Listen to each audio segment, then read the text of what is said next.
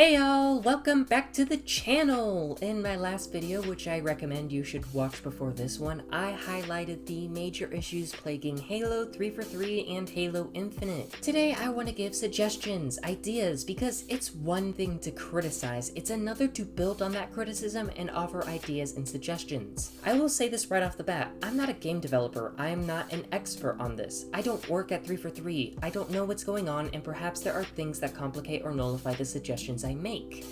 I am just working with what I can, and I am just doing my best to offer my support as a member of the community. By the way, Patreon is getting some major changes to it that includes Discord perks, easier access to me, and I am gonna announce some new merch soon. So yeah. Speaking of Patreon, all my patrons get a shout out now because you know what? I want this to be community, so a special thank you to Heartbeat, Corporal Hot Pockets, and Salvatore Di Pietro. You guys are awesome and help me make my life, well, easier. Also, please consider liking, subscribing, and hitting the bell icon. I also made a gaming channel. That's super fun, but yeah, shameless self-advertising aside, let's just get straight into the video.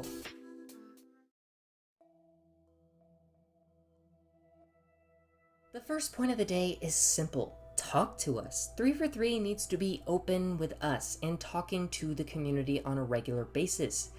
They gotta detail what is happening within the studio and what the plan is. What keeps happening is 343 will give us a plan, say nothing, and then change the plan abruptly with little justifiable explanation. This is frankly not the way to go. If 343 would regularly communicate and explain why decisions are being made and what we should expect with certainty versus what is vaguely in the cards, that would really help. Here's the thing, 343's words just aren't trusted by the community right now. 343 needs to show verifiable transparency, accountability, and give us detailed explanations. They gotta give us frequent updates on how their work is paying off. As an example, Forge. If 343 had given us regular demonstrations and updates for what was intended of Forge, even if it was just like the alpha, that would have given us a much easier time during the wait, and it would have built up excitement. Most of what we know about Forge didn't come from 343 until recently. Leaks can't be the community's source of information. They consistently overstate, understate, or misstate entirely what is next for Halo, and 343's own silence does not make things better. Now, to be fair to 343, I can understand why there may be reluctance or hesitance on their part to talk to us because truth is, it's really hard to interact with the Halo community right now. The Halo community is just not in a good place, and sadly the toxic elements of it have been given a huge platform, including by creators. We as a community need to drop the reactionary gaming politics and really try to listen and speak, criticize, be firm and authoritative. Because the consumers deserve to be treated right. We deserve to be treated better, but at the same time, we gotta remember, 343 isn't just a corporate studio.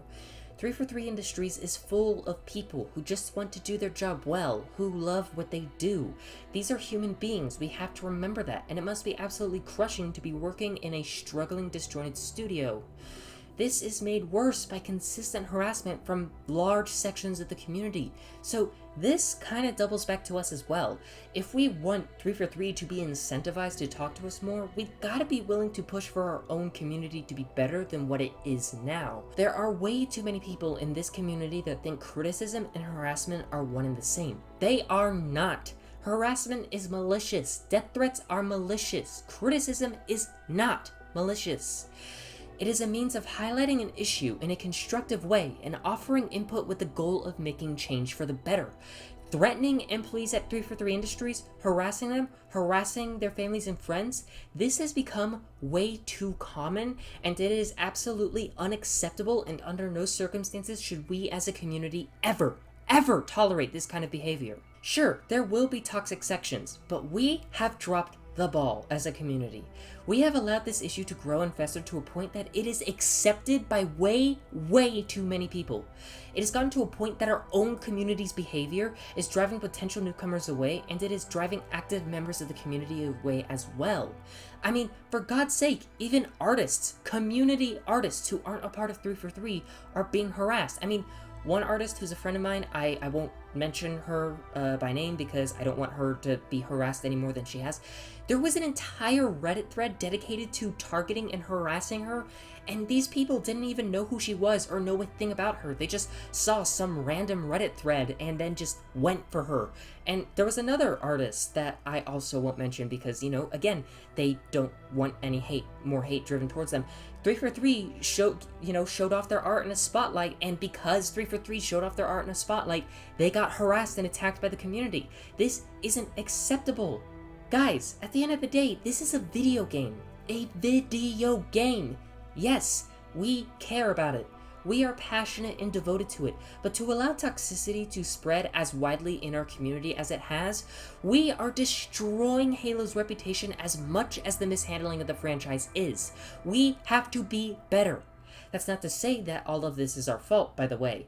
343's fuck-ups are their fuck-ups, and they should be called out for it. But we have to be willing to confront our own mistakes and wrongdoing. Everyone has to do their part. That's not giving 343 a pass either. I'm just going to reiterate that. Hold 343 accountable, but we also got to hold ourselves accountable. Everyone has to be held accountable here. This is a widespread issue that extends into the community itself.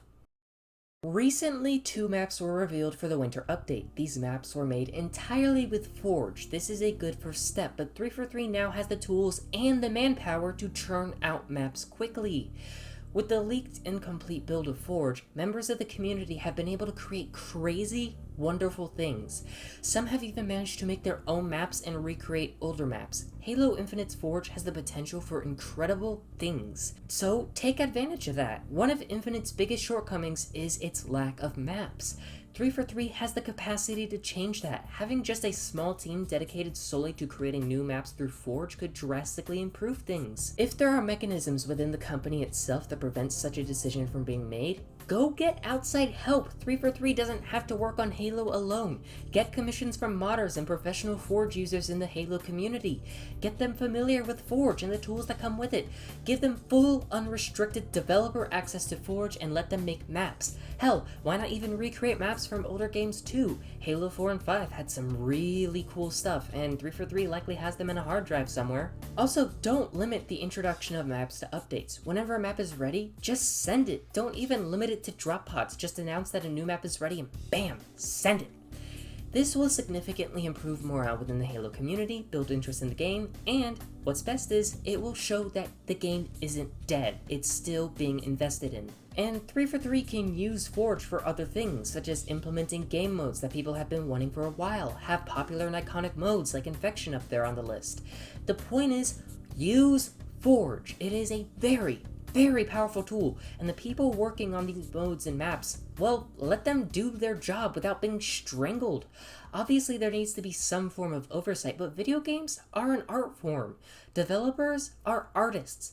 Artists do their best work with creative freedom. Let them get creative!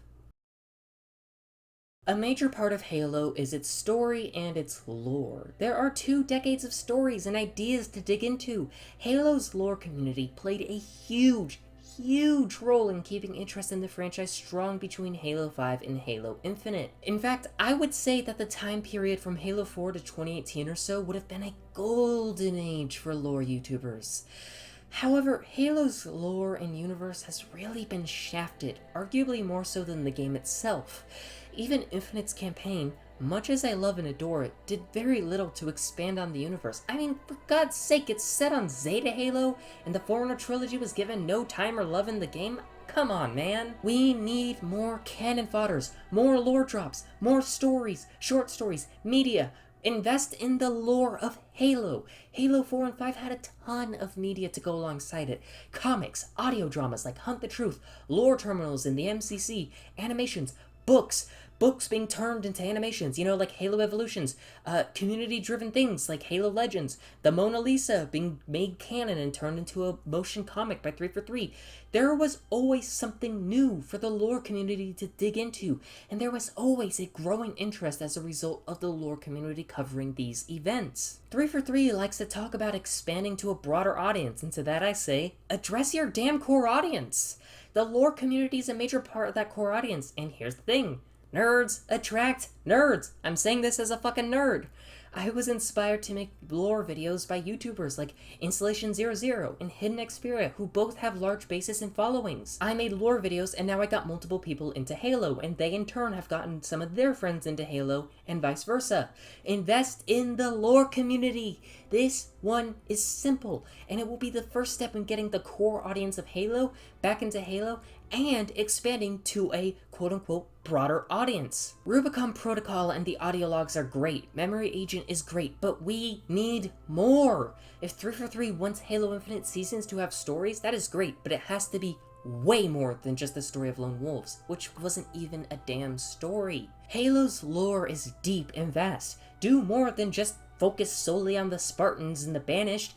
The UNSC alone has ONI, the ODSTs, Army, Marines, Navy, Air Force, and all of these have their own lore, persons of interest, and they can all be expanded upon. Also, do more than focus on the Banished. YouTubers like Covenant Canon bring a unique element to the lore community who wants to focus more on the alien side of things, and that in turn attracts people who are more interested in alien shit.